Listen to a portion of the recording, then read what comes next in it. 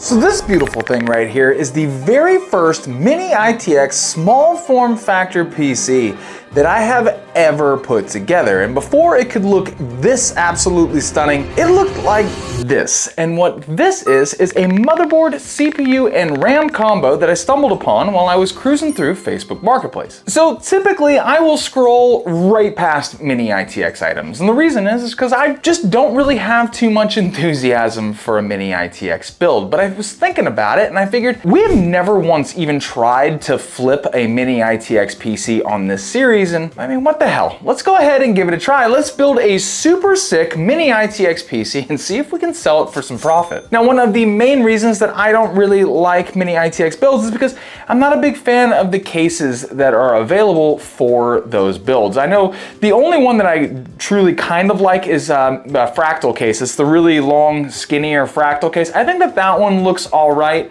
but that's pretty much the only one aside from this one. And what this is the T6 by Johnsbow. I think that this case is perfect for the design that I am looking to go for.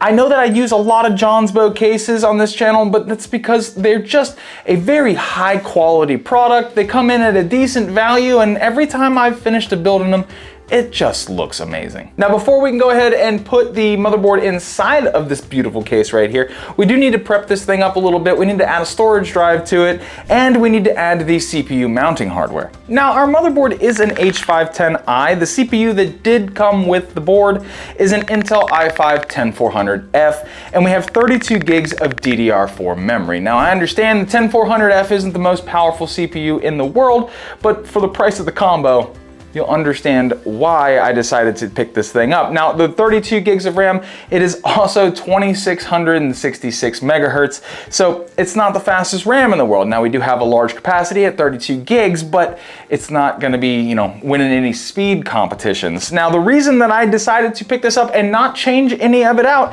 is because I was able to pick up this combo for $120. And not only did I get this for $120, I also got this, a 1650 graphics card. Now, we're not going to be using this graphics card, but I can sell this graphics card for about 80 bucks. I just sold a 1650 the other day for around $80, and that makes this board an extreme value. So why wouldn't you pick it up? Now, for storage, I did go ahead and pick up this Kingston NVMe here. This is a 1 terabyte NVMe. It was on sale for $56. So another pretty decent pickup for a high quality NVMe with 6,000 read and write speeds. And we're gonna go ahead and put this in here now. So we're gonna go ahead and install the NVMe with the motherboard on the stand here. Now, what I don't wanna do is I don't want to show you the CPU cooler just yet. It's probably my favorite part of the build aside from the case that we're deciding to go with. And I don't want to ruin the surprise, but we are going to need to put the mounting hardware on before we can install it into the case, and we can't put the cooler on until after the board is already inside of the case as well. So right here is the mounting hardware for our CPU cooler, and I'm going to tell you why we're not going to be adding the actual tower while I put the mounting hardware on. So because this is an extremely small build, there's not going to be a lot of room to work in. So if I were to add the CPU tower to this motherboard, there's going to be like almost no room to work in. Now, I think that you actually also have to add in your graphics card before you can put your tower on. But what we're going to do is we're going to get this mounting hardware put on, and then we're going to put it inside the case, get that all mounted up, make sure everything is plugged in and kind of, you know, the motherboard is all wired up, and then we'll see what we have to do after that. We might have to put the graphics card in first and then add the CPU tower. I just noticed we have some bent fan pins here. All fixed. All right, and now the motherboard is fully ready to get put inside of the case. Let's go ahead and do that. So in typical Johnsbow fashion, it is a hex key that needs to be used in order to pull the back panel off here, but luckily I have this handy dandy electric screwdriver set, which comes equipped with a whole bunch of different little heads here. I can use that to take us off. There we go, perfect. All right, back panel is off. See, that's a very sturdy piece of metal here. All right, let's go ahead and drop this motherboard down in here. Now, with the majority of PC builds, your motherboard just goes in just like this. But with this case, the motherboard actually has to go in upside down. because the graphics card is going to be at the top of the case. Where are my screws? Check this out. Okay, so this is another reason I love Johnspo. Not only do you get the case, and the case looks fantastic, look at how they have your accessories. They put them in like this beautiful like presentation. It's so nice. I love the way that they present everything to you, from the packaging to the way all your motherboard screws and everything are. It's wonderful. This is also where you find your little hex screwdriver that you can use to unscrew all the paneling for this case. I love that they include that inside of your little kit here. So let's go ahead and fasten our motherboard to our case.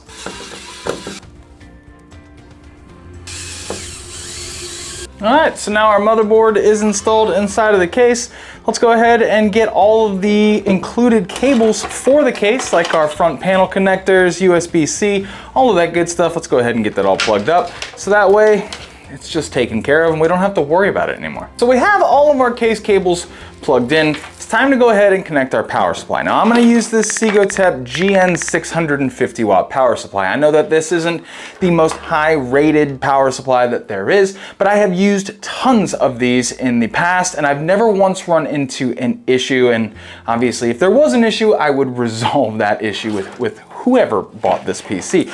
But we're gonna go ahead and add this in here because 650 watts is exactly what we need for today's build. And we're gonna wanna make sure that we put this in first so that we can plug it all up and have enough, room to work with the rest of the equipment that is going in here, because we're gonna run out of space real fast once we start putting the graphics card and the cooler inside of here. Now there is one issue that we are going to run into when it comes to this build, and that is the fact that you can run a standard sized power supply. A full ATX power supply can fit in this case, but unfortunately, even though it could fit, you run out of space real fast. And this GN power supply right here isn't modular, so I can't remove a lot of the cabling that's going to take up a lot of space. We're really gonna have to cable manage here.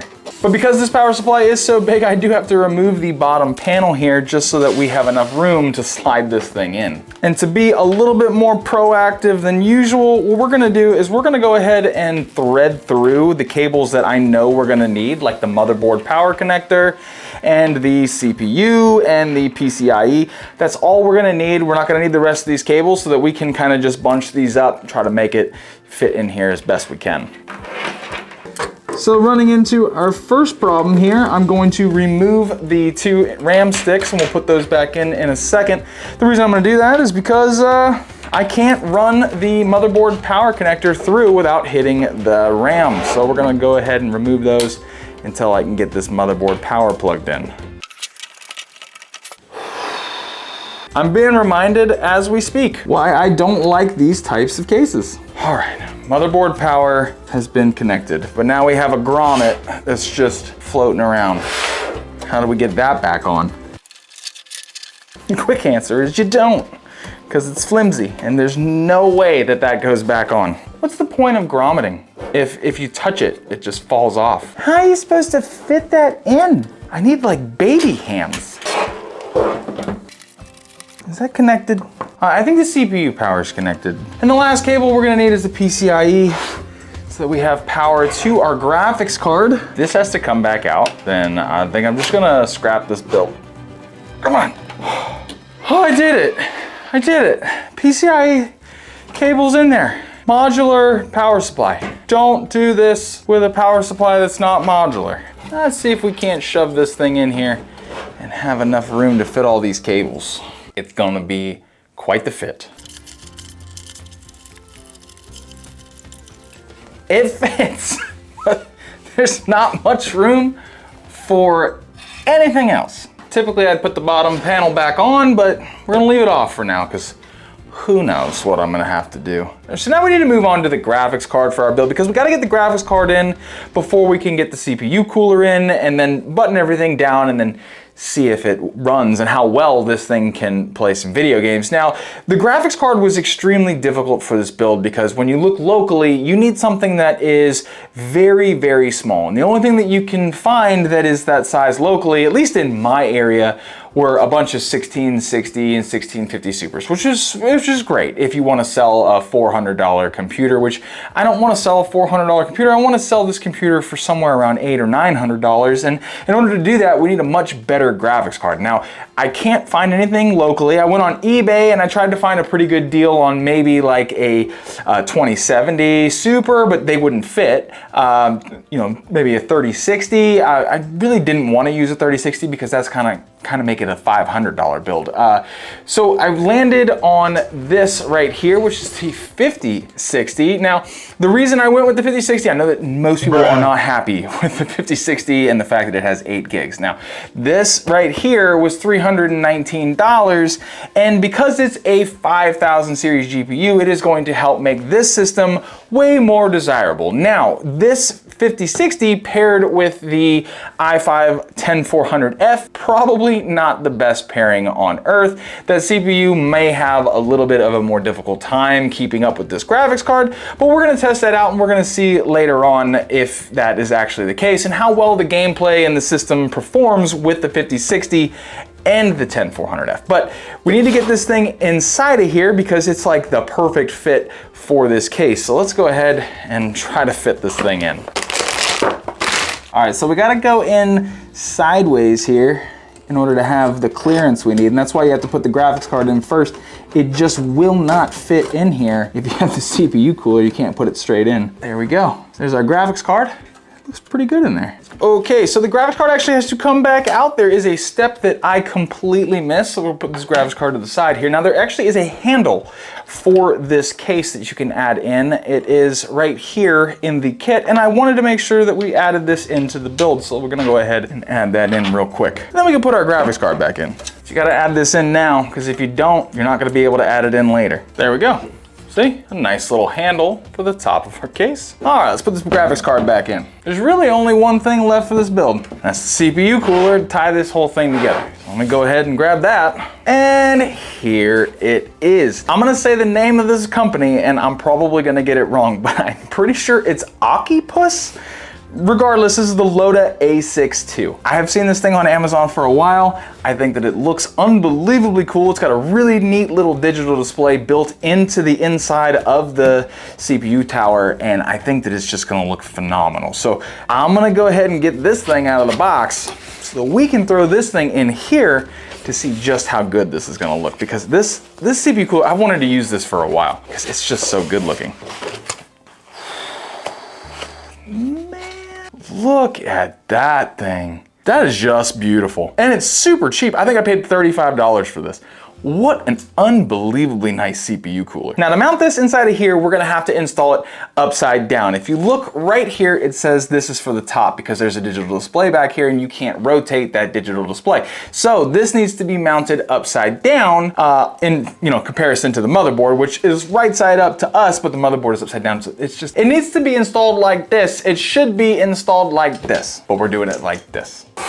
So they gave us a little bit of included thermal paste. We're gonna throw that on the CPU. I'm pretty sure we gotta take these fans off to get to the ability to mount this down. So we'll take this fan off right here, and hopefully we'll have the space needed to get this done. Listen, before I put this in here, just understand, why do y'all do this to yourselves? This thing is so impossibly complicated to put together. An MATX build is 100 times easier than this.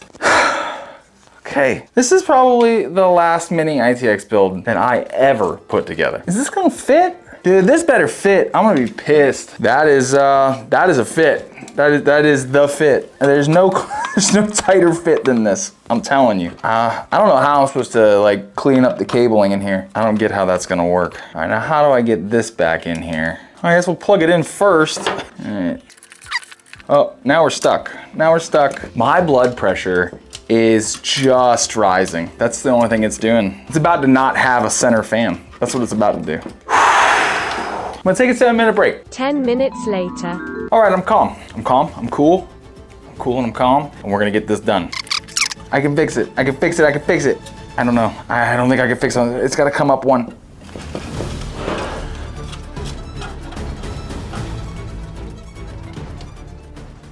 Is that it? Success! It's in!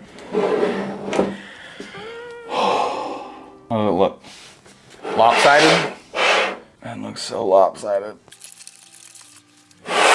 So here's the mistake that I made. I left the fan on this side. I needed to move this fan to this side. Let's do that now. And it is clipped in. Is that it? Oh, please, dear Lord, let that be it. That should look a lot better, right? That definitely looks a lot better. All right, so I'm gonna go ahead and I'm gonna clean up some of the cabling here. Everything is in, I'm gonna tell you right now, it better all be plugged in correctly. If it's not, I may cry for like 30 minutes off camera because this is not easy to put together, that's for sure. I'll see you in a second once I get the panels put on this thing. And just like that, we have ourselves one really snazzy looking small form factor build. Now, I love the destination and absolutely hated the journey to get here. But I will say, if you're looking for a portable little system, this is one heck of a nice design. Beautiful case. Absolutely gorgeous. Now remember, this PC is for episode 15 of the Build Up Challenge, the series where I build and sell gaming PCs until I've saved up enough money to build an absolutely epic system that I just hand to one of you guys. And in 14 episodes of this season, we were able to go from a total of $0 all the way to $2,410 earned to build that system. And because this series is all about getting one of you guys one heck of a system, I need your help coming up with how much we're gonna try and sell this system for. Plus, a little later on, I got a question for you about the series. I need your help. It's a series for you guys. You guys are gonna have to help me with something. Now, obviously, before I can ask you to run to the comment section and tell me how much you think I should sell this unit for, we're gonna need to see a couple things. One, how well it performs in some gameplay, and two, we're gonna need to know how much it costs us to put this thing together. So let's go ahead and talk about the total cost of what it took to build this right now. So starting off with the motherboard, CPU, and RAM combo for this system, I picked all that up for $120. Now remember, it did come with a 1650 graphics card. I am going to go ahead and list that card for $80. I sold one for $80 not too long ago. Now, I will only take $60 off the combo deal just because I can't guarantee that I can sell it for $80, but I'm 99% sure I can get $60 for it at minimum. So we're gonna take $60 off of the combo deal that I got. So that's gonna make that combo deal $60, which is extremely good for an ITX board. Now the graphics card, the 5060 card, I got that for $319, which honestly, for the performance that I saw from the card, is pretty darn good. Everyone's hating on this card because it has 8 gigs, I understand, but it's still performed really well. I think people are being a little crazy about that. Now the case, why do small form factor cases cost so much? Can somebody tell me why this tiny case needs to be the same price as like a premium mid-tower case? I don't get it. I don't get why like every small form factor case is super expensive, because this Johnsbow case was $143 and that's like average. Now for the power supply in here, it was $55. I paid $54 for the Kingston NVMe inside of the system, and I paid $34 for this cooler. It was on sale when I purchased it. When you look at it now, it is $56, so it's going to be more expensive if you do follow any of the links in the description down below for this build. But even at $56, this is a very clean looking CPU cooler. I probably still would have bought it. Now that's going to bring the total cost of what it took to build this system right here to $665, which as far as I can tell, that's a pretty decent price for a small form factor build. Because, I mean, they're all stupid expensive. And the smaller everything gets, the more expensive everything becomes. Now that is going to bring the grand total of what we have to build your system down to $1,745, which is still extremely good. And we still have to sell this system. So now you know how much this system costs to build. But what you need to know is how well this system performs in some extremely demanding games, because that's really gonna be what dictates how much money we can try and sell this system for. Now I tested all of our gameplay at 1080p and 1440p using the exact same settings. I obviously used DLSS because it is a 4060, and I did not use any frame gen. So you can go ahead and get more frames if you were to use frame gen, but I did not enable that in any of our gameplay testing. So starting out with Doom: The Dark Ages, I had the game's graphic preset set to Ultra, and at 1080p we were getting an average of 67 FPS, and at the exact same preset of 1440p, the average FPS drops down to 50. It's still playable, but that was a pretty decent drop in average FPS. Now keep in mind that is at ultra settings, and that's a very demanding game to run. If I were to drop it down to high, we would still get an extremely good quality gameplay, and we probably would have gotten over 60 FPS at 1440p. In Space Marine 2, with the game's preset set to high, we were able to get an average of 66 FPS at 1080p, and when we made the switch to 1440p, we got an average of 57 FPS. In Hogwarts Legacy, with a high preset and all ray tracing turned off, we were able to get an average of 74 FPS, and when we switched to 1440p, we actually only saw a 2 FPS difference, with an average FPS of 72. At Gotham Knights, at its max preset at 1080p, we were getting an average of 109 FPS, and once we switched over to 1440p, we were getting an average of 87 FPS. And lastly, I played Clair Obscura Expedition 33 at a high preset, getting an average of 91 FPS at 1080p, and once we switched over to 1440,